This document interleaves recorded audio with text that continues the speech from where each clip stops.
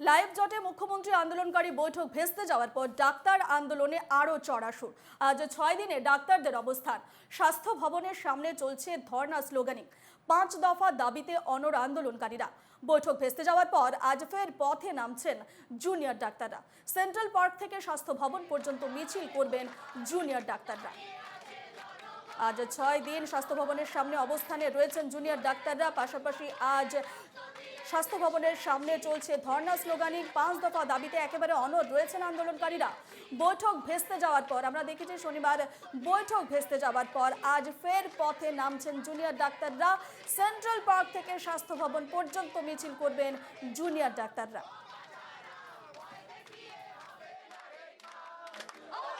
আমরা চেয়েছিলাম এই অচলাবস্থা যাতে ভাঙুক, সেই জন্যই আমরা আমাদের যে দাবি সে লাইভ স্ট্রিমিং, তারপর সেটা ভিডিও রেকর্ডিং, শেষমেশ তারা চেয়েছিল শুধু মিনিটস দেবে, সাথেও আমরা রাজি ছিলাম। কিন্তু আমরা কি দেখলাম যে চন্দ্রিমা ভট্টাচার্য কালকে বললেন যে তাদের সময় চলে গেছে, 3 ঘন্টা তারা অতিবাহিত করছে।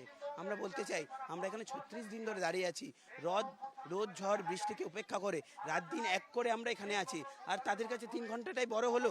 আমরা চাই, এখনও চাই যাতে একটা আলাপ আলোচনা হোক। আলাপ আলোচনা, আমরা মনে করি আলাপ আলোচনার মাধ্যমেই এই যে অচলাবস্থা চলছে সেই অচলাবস্থা ভেঙে যাবে। আর আমরা আমাদের যে 5 দফা দাবি, সেই দাবিতে আমরা এখনো অনড় রয়েছি।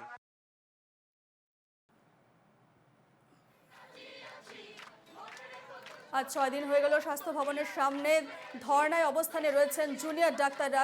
গতকাল মুখ্যমন্ত্রীর বাড়িতে বৈঠক ভেস্তে যাওয়ার পর আজও আন্দোলনে অনড় রয়েছেন জুনিয়র ডাক্তাররা এবং আজ মিছিল করার কথা রয়েছে জুনিয়র ডাক্তারদের। সেন্ট্রাল পার্ক থেকে স্বাস্থ্য ভবন পর্যন্ত মিছিল করবেন জুনিয়র ডাক্তাররা।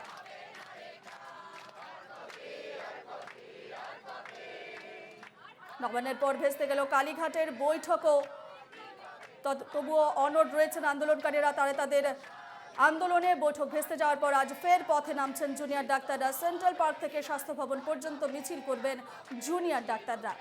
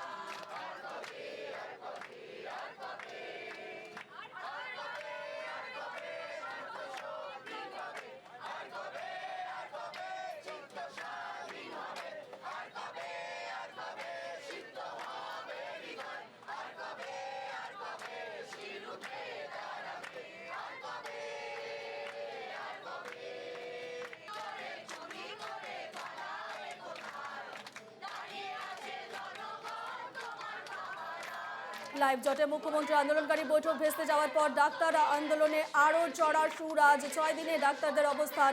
স্বাস্থ্য ভবনের সামনে চলছে ধর্ণা, স্লোগানিং। সেই ছবি আপনারা দেখতে পাচ্ছেন। আমরা সরাসরি চলে যাব আমাদের প্রতিনিধি দীপঙ্কর মণ্ডলের কাছে। দীপঙ্কর, আজ 6 দিন এখনো পর্যন্ত তারা তাদের অবস্থানে অনড় রয়েছেন এবং শনিবার বৈঠক ভেস্তে যায় মুখ্যমন্ত্রীর কালীঘাটের বাড়িতে, এবং তারপরও কিন্তু তারা তাদের অবস্থানে অনড় রয়েছেন এবং তারা জানাচ্ছেন যে তাদের যতক্ষণ পর্যন্ত 5 দফা দাবি মেনে না নেওয়া হবে তারা তাদের আন্দোলনে অনড় থাকবেন। পাশাপাশি আজ সেন্ট্রাল পার্ক থেকে স্বাস্থ্য ভবন পর্যন্ত মিছিল করবেন জুনিয়র ডাক্তাররা। ঠিক এই মুহূর্তের কি ছবি, তাদের পরবর্তী পদক্ষেপ এবং সমাধান সূত্র বের হবে কি জানাচ্ছেন তারা এই বিষয়ে?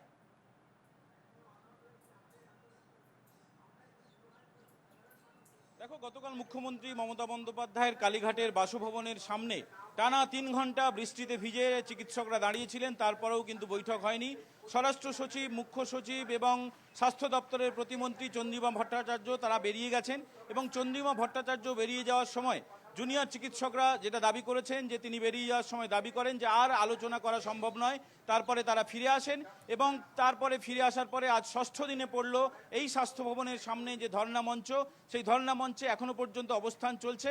আমাদের সঙ্গে একজন জুনিয়র চিকিৎসক রয়েছেন, ডক্টর মৃন্ময়, তার সঙ্গে আমরা কথা বলার চেষ্টা করব।